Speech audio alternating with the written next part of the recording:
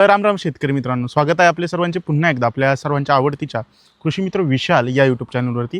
मित्रांनो, 2026 मधला खरीप हंगाम आता काही दिवसामध्येच तिथं चालू होताना आपल्याला पाहायला मिळेल. आणि आज आपण या व्हिडिओच्या माध्यमातून आपल्या महाराष्ट्रामध्ये ज्या शेतकऱ्याची कोरडवाहू जमीन आहे, फक्त पावसावरती अवलंबून असते, त्या शेतकऱ्याची हलकी मुरमाड भुरकाट जमीन आहे, तर अशा शेतकऱ्यांनी कापसाचे बियाणं नेमकं कोणते लागवड करणं गरजेचं आहे, 4 ते 5 या व्हिडिओच्या माध्यमातून मी तुम्हाला चांगल्या दर्जाचे जे कापसाचे बियाणं आहेत, जे हलक्या जमिनीमध्ये येतात, तर ते अतिशय थोडक्यात इथं सांगण्याचा प्रयत्न करतोय. तुमच्या आवडीचं बियाणं कोणतं आहे या व्हिडिओच्या खाली कमेंट करून सांगा. आणि त्या बियाण्याचं 1 एकर क्षेत्रामधून तुम्ही किती उत्पादन घेतलंय ते सुद्धा कमेंट करा, जेणेकरून आपले इतर जे व्हिडिओ पाहणारे शेतकरी मित्र असतात, तर त्या शेतकऱ्यांना जास्तीत जास्त फायदा होईल. सगळ्यात महत्त्वाचं, सगळ्यात अगोदर एक राशी सीड्स कंपनीचं स्विफ्ट या नावाचं एक बियाणं आपल्याला पाहायला मिळते. खास करून विदर्भातला जो बेल्ट आहे, अमरावती, दर्यापूर यांसारख्या भागामध्ये हे कोरडवाहू रानामध्ये भरपूर चांगल्या प्रकारे जे आपलं उत्पादन आहे कापसाचं, तर ते देताना आपल्याला पाहायला मिळतंय. मित्रांनो, 4 ते 4.5 ग्रामपर्यंत एक बोंड तिथं भरलेलं आपल्याला पाहायला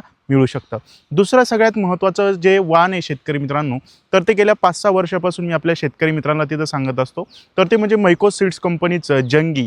मित्रांनो, हे सुद्धा अतिशय उत्कृष्ट वाण आहे. हलक्या जमिनीमध्ये याचा सुद्धा जो काही उतार आहे, तर तो 1 एकरामध्ये चांगल्या प्रकारे तिथं 8-10 क्विंटलच्या पेक्षाही जास्त तिथं उत्पादन जे आहे, तर ते तुम्ही जंगी या नावाचं जे वाण आहे, तर ते लागवड करून तिथं घेऊ शकता.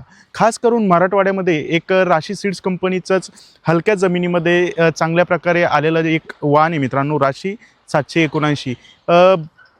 2-3 वर्षापूर्वी मी याचा स्वतः प्लॉट पाहिला होता. अतिशय उत्कृष्ट आपले जे शेतकरी मित्र आहेत, तर त्यांना या वाणाची लागवड करून तिथं जे उत्पादन आहे, तर ते भेटलेलं होतं. याचंसुद्धा मीडियम जे बोंड आपल्याला पाहायला मिळतं आहे. पुढच्या वाणाचा जर विचार केला तर प्रभात सीड्स कंपनीचं सुपरकॉट. मित्रांनो, थोडं टपोरं बोंड आहे, 5-5.5-6 ग्रामपर्यंत एका बोंडाचं वजन भरू शकतं.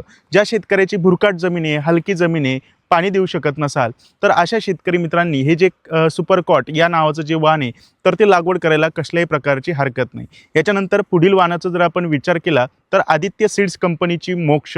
हो शेतकरी मित्रांनो, हे सुद्धा अतिशय उत्कृष्ट वाण आहे. मोक्ष या वाणाची आपल्या महाराष्ट्रामध्ये एक वेगळीच फॅन क्लब आहे मित्रांनो. भरपूर सारे शेतकरी वर्षानुवर्षांपासून या वाणाची आपल्याला लागवड करताना पाहायला मिळत आहे. याचंसुद्धा जर तुम्ही लागवड केली तर याचंसुद्धा जे उत्पादन आहे, तर ते इतर वाणांच्या तुलनेमध्ये आपल्याला जास्तीचं तिथं येऊ शकतं. मित्रांनो, या 5 वाणापैकी तुमचं आवडीचं वाण कोणतं आहे, तुम्हाला त्या वाणाची लागवड करून कशाप्रकारे जास्तीत जास्त उत्पादन भेटलं होतं, या व्हिडिओच्या खाली कमेंट करून सांगा.